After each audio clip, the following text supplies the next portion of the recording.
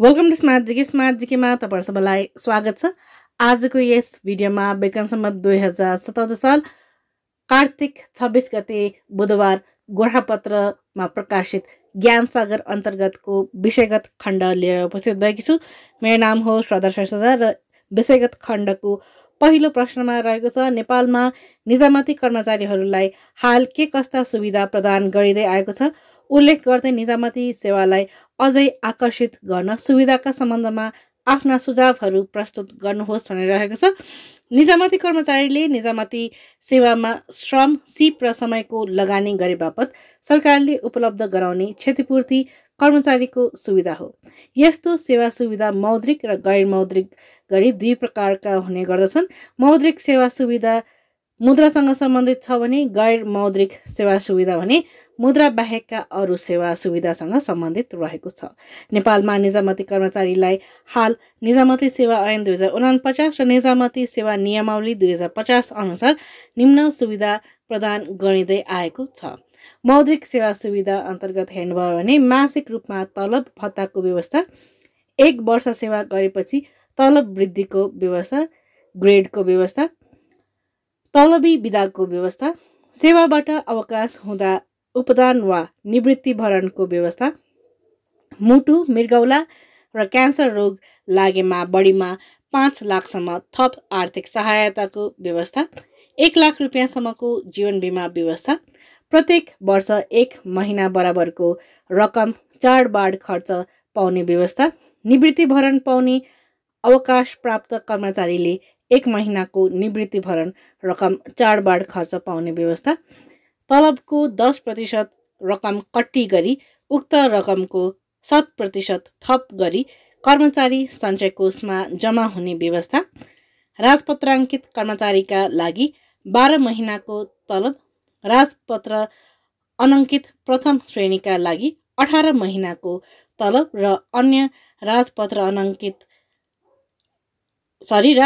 अङ्कित र श्रेणीविहीन कर्मचारीका लागि 21 महिना बराबरको तलब उपचार खर्च बापत प्रदान गर्ने व्यवस्था। त्यसै बहालवाला कर्मचारीको तलब वृद्धि हुँदा वृद्धि तलबको 2/3 रकम निवृत्ति भरणमा वृद्धि हुने व्यवस्था, पारिवारिक निवृत्ति भरण र उपदानको व्यवस्था, सेवामै रहँदा मृत्यु भएमा परिवारलाई 1,50,000 को विशेष आर्थिक सुविधा, बढीमा 2वटा बच्चाका लागि जनही 5,000 शिशु स्याहार भत्ताको व्यवस्था, निजामती सेवा दिवसको अवसरमा नगद पुरस्कार र सम्मानको व्यवस्था, पोसाक भत्ताको व्यवस्था, शैक्षिक वृत्ति, सन्तति वृत्ति, अशक्त वृत्तिको व्यवस्थाहरू चाहिँ मौद्रिक सेवा सुविधा अन्तर्गत पर्दछ भने गैर मौद्रिक सेवा सुविधा अन्तर्गत के पर्दछन् भने सरुवाका आधार, कार्यविधि, सरुवा समय र सरुवा गर्ने अधिकार प्राप्त अधिकारीको व्यवस्था, सामान्यतया प्रत्येक 2 वर्षमा सरुवा हुने व्यवस्था, सरुवा गर्दा दुर्गममा बस्नेलाई सुगममा र सुगममा बस्नेलाई दुर्गममा सरुवा गरी न्यायोचित सरुवा प्रणालीमा जोड, श्रीमान श्रीमती दुवै निजामती सेवामा कार्यरत भएमा मिलेसम्म एकै जिल्लामा सरुवाको व्यवस्था, राजपत्र अनङ्कित कर्मचारीलाई भरसक घर पाएक सरुवाको व्यवस्था, विभिन्न प्रकारका बिदाहरूको व्यवस्था, विदेश स्थित दूतावास वा नियोगमा कार्यरत कर्मचारीको पति वा पत्नीका लागि बढीमा 5 वर्षसम्म बेतलबी बिदाको व्यवस्था, कर्मचारीको सेवाको सुरक्षा, सेवा शर्तको सुरक्षा, कर्मचारीको बचाउ सम्बन्धी व्यवस्था, कर्मचारीको पेशागत हक अधिकारको सुनिश्चितताका लागि ट्रेड युनियन गठन गरी सङ्गठित हुने अधिकारको व्यवस्था र निजामती कर्मचारीलाई विभागीय सजाय गर्दा लोकसेवा आयोगको परामर्श लिनुपर्ने व्यवस्था चाहिँ गैर मौद्रिक सेवा सुविधा अन्तर्गत पर्दछन्। निजामती सेवालाई अझै आकर्षित गर्न सुविधाका सम्बन्धमा सुझावहरू हेर्दाखेरि चाहिँ कर्मचारीको तलबलाई समसामयिक बनाई न्यूनतम आधारभूत तलब र कार्य सम्पादनमा आधारित तलब गरी व्यवस्थित गर्ने, कार्य सम्पादनमा आधारित तलबलाई सूचक बनाई सबै कार्यालयमा लागू गर्ने, दुर्गम जिल्लामा काम गर्ने कर्मचारीलाई विशेष सुविधा प्रदान गर्ने, पोसाक भत्तामा समसामयिक सुधार गर्दै लैजाने, कर्मचारीका लागि एकीकृत आवास गृहको निर्माण गर्ने, स्वचालित सरुवा बढुवा प्रणाली लागू गरी सरुवालाई पारदर्शी र अनुमान योग्य बनाउने, ज्येष्ठताका आधारमा बढुवाको व्यवस्था गरी बढुवालाई समयबद्ध बनाउने, कार्य सम्पादनका वस्तुगत एवं वैज्ञानिक सूचक तय गरी कार्य प्रगतिका आधारमा पुरस्कार र दण्डको नीति लागू गर्ने, निजामती सेवामा रिक्त पद पूर्ति गर्ने प्रक्रिया छिटो छरितो बनाउने, कम्तीमा वर्षमा 2 पटक लोकसेवा परीक्षा दिन पाउने व्यवस्था गर्ने, काम गर्ने वातावरणमा सुधार गरी हस्तक्षेप मुक्त बनाउने, सङ्घीय संरचना अनुकूलको निजामती सेवा ऐन नियम तर्जुमा गरी कार्यप्रणालीमा सुधार गर्ने, असल आचरण र नैतिकवान संयन्त्रका रूपमा विकास गर्ने, निजामती कर्मचारी मुलुकको आर्थिक सामाजिक रूपान्तरण गर्ने संवाहक भएकाले यो सबल, सक्षम एवं उत्प्रेरित हुनुपर्छ। यसका लागि मौद्रिक र गैर मौद्रिक व्यवस्थामा समसामयिक सुधार गर्नुपर्छ। भर्ना प्रक्रियामा सुधार गरी बजारका प्रतिभावान व्यक्तिलाई प्रवेश गराउनुपर्छ। तिनको कुशल प्रयोग एवं परिचालन गरेर राजनीतिप्रति तटस्थ, लक्ष्यप्रति प्रतिबद्ध र सेवाग्राहीप्रति उत्तरदायी बनाउनै पर्छ। दोस्रो प्रश्नमा रहेको छ, नेपालको अर्थतन्त्रमा हाल देखिएका चुनौतीहरू के हुन्? चर्चा गर्नुहोस्। नेपालको अर्थतन्त्रका 4वटै क्षेत्रमा हाल विभिन्न चुनौती देखिएका छन्। खास गरी कोभिड-19ले विश्वका अरू देशको अर्थतन्त्रमा जस्तै नेपालको अर्थतन्त्रमा पनि धेरै चुनौती थप गरेको छ। अर्थतन्त्रका 4 मुख्य क्षेत्र वास्तविक क्षेत्र, सार्वजनिक वित्त क्षेत्र, बैंकिङ तथा वित्तीय क्षेत्र र बाह्य क्षेत्र अर्थात् वैदेशिक व्यापार र भुक्तानी क्षेत्र सबै समस्याग्रस्त नै छन्। आर्थिक क्षेत्रको चुनौतीले सामाजिक, भौतिक पूर्वाधार लगायतका अरू पक्षमा पनि धेरै ठूलो चुनौती थप भएको छ। त्यसै त नेपालको सानो अर्थतन्त्र, त्यसमा पनि विश्वभरि फैलिएको महामारीले विदेशबाट प्राप्त हुने सहयोग समेत प्रभावित हुन सक्ने अवस्थाले देशको अवस्था अबको केही समय असहज नै हुने देखिन्छ। नेपालको अर्थतन्त्रमा हाल देखिएका चुनौतीलाई निम्नानुसार चर्चा गर्न सकिन्छ। नेपालको अर्थतन्त्रको आकार 39 अर्ब हुनेमा 2 खर्ब क्षति भए 37 खर्बमा सङ्कुचित हुने अनुमान छ। कुल गार्हस्थ उत्पादन घट्दै गएको छ। आर्थिक वृद्धि दर न्यून हुनु, गत वर्ष 8.5% लक्ष्य लिएको आर्थिक वृद्धि दर 0.6% हुने अनुमान छ। पर्यटन आवागमन रोकिएको छ। भ्रमण वर्ष स्थगन भएको छ।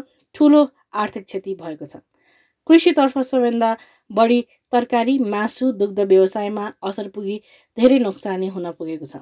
भौतिक पूर्वाधार निर्माणका कार्यमा ढिलाइ हुँदा लागत र निर्माण अवधि दुवै बढ्दै गएको छ। सरकारी खर्च र राजस्व सङ्कलन दुवै कार्यमा सङ्कुचन आएको छ। चालु खर्च बढ्दै गएको र विकास निर्माणको पुँजीगत खर्च घट्दै गएको छ। निर्यात घटेको छ भने अत्यावश्यक वस्तु बाहेक सवारी साधन, इन्धन, निर्माण सामग्री, त्यस्तै औद्योगिक कच्चा पदार्थ लगायतका वस्तु आयातमा आएको गिरावटले आयातको मात्रा घट्दै गएर व्यापार घाटामा कमी आएको छ।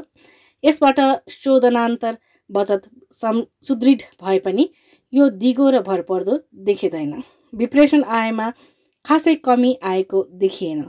यो राम्रो पक्ष हो, तर वैदेशिक रोजगारीमा जाने नयाँ गन्तव्य मुलुक रोकिनु, विधामा घर आएका प्राय सबै स्वदेशमै रोकिनु, वैदेशिक रोजगारीमा गएको जनशक्ति स्वदेश आउने क्रम बढ्दै गएको छ। अर्थतन्त्रमा आएको गिरावटले मुलुकमा गरिबीको मात्रा थप बढ्न थालेको छ। बिहानदेखि साँझसम्म ज्याला मजदुरी गरेर खाने वर्ग अत्यन्तै मर्कामा परि भोकभोकै मर्नु परेको छ। टुडी खेलमा दैनिक करिब 500 जनाले निशुल्क खाना खान पाइने लाइनमा बस्नुले पनि तल्लो वर्ग असाध्यै मर्कामा परेको देखिन्छ। एकातर्फ विद्यार्थी अध्ययनबाट वञ्चित छन् भने अर्कोतर्फ निजी शैक्षिक संस्थामा कार्यरत शिक्षक तथा कर्मचारीले तलब भत्ता नपाएको अवस्था विद्यमान रहेको छ। निजी क्षेत्रमा जाने कर्जा प्रवाह घटेको छ भने सरकारी खर्च समेत घटेर जाँदा बैंक तथा वित्तीय संस्थामा निक्षेप बढेर लगानी नहुने अवस्था आई तरलता बढ्दै गएको छ। यसबाट एकातर्फ बैंक तथा वित्तीय संस्थाको लागत बढ्न गई मुनाफा कम हुने र अर्कोतर्फ लगानीको ढोका बन्द हुँदा अर्थतन्त्रको आकार घट्दै गएर बेरोजगारी झन फराकिलो हुँदै जाने देखिएको छ। नेपालले सन् 2022 सम्ममा अति कम विकसित देशबाट विकासशील देशमा स्तरोन्नति हुने र सन् 2030 सम्ममा दिगो विकास लक्ष्य हासिल गर्दै मध्यम आय भएको मुलुक बन्ने लक्ष्य लिएको छ। समग्र विकास निर्माण कार्य जस्तै यी लक्ष्य पूरा हुने मिति पनि केही पर धकेलिने स्थिति देखिएको छ। तेस्रोमा रहेको छ कार्यालयमा व्यवस्थापन सूचना प्रणालीको आवश्यकता र महत्त्व के छ, उदाहरणसहित स्पष्ट गर्नुहोस्। आवश्यकता हेर्दाखेरि व्यवस्थापनले कार्यालयमा विभिन्न व्यवस्थापकीय कार्य तथा सोसँग सम्बन्धित धेरै निर्णयहरू गर्नुपर्ने हुन्छ। व्यवस्थापनलाई यस्ता कार्यहरू सम्पादन गर्नका लागि सूचना तथा तथ्याङ्कको आवश्यकता पर्छ। व्यवस्थापनलाई आवश्यक पर्ने यस्ता सूचना एवं तथ्याङ्क सङ्कलन गर्ने, प्रशोधन गर्ने र व्यवस्थापन समक्ष पेश गर्न कार्यालयमा एक छुट्टै संयन्त्र हुन्छ। यो व्यवस्थापन सूचना प्रणाली MIS हो। व्यवस्थापनका हरेक क्रियाकलाप निर्णय तथा योजनामा आधारित हुन्छ। निर्णय तथा योजनाका हरेक प्रक्रिया सूचनामा आधारित हुन्छन्। तथ्यपरक निर्णय तथा व्यावहारिक योजना कार्यालयमा व्यवस्थापन सफलताका सूचकहरू हुन्। सूचना तथा तथ्याङ्क व्यवस्थापनको मेरुदण्ड र मस्तिष्क दुवै हो। यसले संस्थागत स्मरण कायम गर्न, यथार्थपरक योजना तर्जुमा गर्न तथा भरपर्दो निर्णय गर्न सहयोग गर्छ। व्यवस्थापनलाई यसले विगत र वर्तमानको तुलना गरी भावी रणनीति तय गर्न मद्दत गर्छ। जस्तै चालु वर्षको मौद्रिक नीति तर्जुमा गर्न नेपाल राष्ट्र ब्याङ्क र चालु वर्षको वार्षिक बजेट तर्जुमा गर्न अर्थ मन्त्रालयलाई आवश्यक पर्ने विगत र वर्तमानको आर्थिक अवस्थाको यथार्थ सूचना तथा तथ्याङ्क उपरोक्त निकायमा हुने यस्तै संयन्त्रले उपलब्ध गराउँछ। म्यानेजमेन्ट इन्फर्मेसन सिस्टमले चाहिँ यस्तो काम गर्ने गर्दछ। कार्यालयमा व्यवस्थापन सूचना प्रणालीको महत्त्व हेर्दाखेरि भरपर्दो सूचनाहरू सजिलै र तुरुन्तै प्राप्त गर्नमा सहयोग गर्दछ। छरिएका सूचनालाई एकीकृत गरेर सुरक्षित भण्डारण, त्यसै सूचना प्रवाहको सुनिश्चितता, सूचनाको प्राप्ति र प्रयोगमा मितव्ययता, शीघ्र निर्णयका लागि सहयोग, द्वन्द्व र विवाद निरूपणमा सहयोग रहेका छन्। कार्यालयको प्रगति विवरण बनाउन आधार अन्तर्गतमा चाहिँ लोकसेवा आयोगले आफूमा भएको सूचना संयन्त्रको सहयोगबाट विभिन्न विज्ञापनमा परेको कुल परीक्षार्थी सङ्ख्या यकिन गरी सोका लागि आवश्यक पर्ने प्रश्न पत्रको सङ्ख्या, परीक्षा भवन लगायतका परीक्षा तयारी सम्बन्धी सम्पूर्ण कार्यको व्यवस्था गर्छ। यसै गरी नेपाल सरकारका अरू मन्त्रालय एवं निकाय जस्तै सङ्घीय मामला तथा सामान्य प्रशासन मन्त्रालयले कर्मचारी व्यवस्थापनका कार्य, अर्थ मन्त्रालयले बजेट तयारी, प्रधानमन्त्री तथा मन्त्री परिषदको कार्यालयले मातहतका सबै मन्त्रालयहरूको कार्य प्रगतिको अनुगमन, समन्वय एवं निर्देशन लगायतका विभिन्न व्यवस्थापकीय कार्यहरू आफ्नो कार्यालयमा रहने सूचना संयन्त्रको सहयोग लिएर गर्दै आएका छन्। त्यसै चौथो तथा अन्तिम प्रश्नमा रहेको छ पुँजी बजार भनेको के हो? पुँजीको माग तथा आपूर्ति भई पुँजी निर्माण हुने बजारलाई पुँजी बजार भनिन्छ। पुँजी बजारमा पुँजीको दीर्घकालीन परिचालन हुन्छ। यसमा पुँजी परिचालनका दीर्घकालीन वित्तीय उपकरणहरू जस्तै सेयर, स्टक, बन्ड, डिबेन्चर, सरकारी ऋणपत्र, बचतपत्र आदिको निष्कासन, खरिद, बिक्री तथा विनिमय हुन्छ। यसले सेयर तथा ऋणपत्रको खरिद बिक्रीको साथै merchant banking, mutual fund, commodity trading लगायतका कारोबारलाई पनि समेट्छ। पुँजी बजारलाई मुलुकको वित्तीय शक्तिको मापन गर्ने आधारका रूपमा पनि लिइन्छ।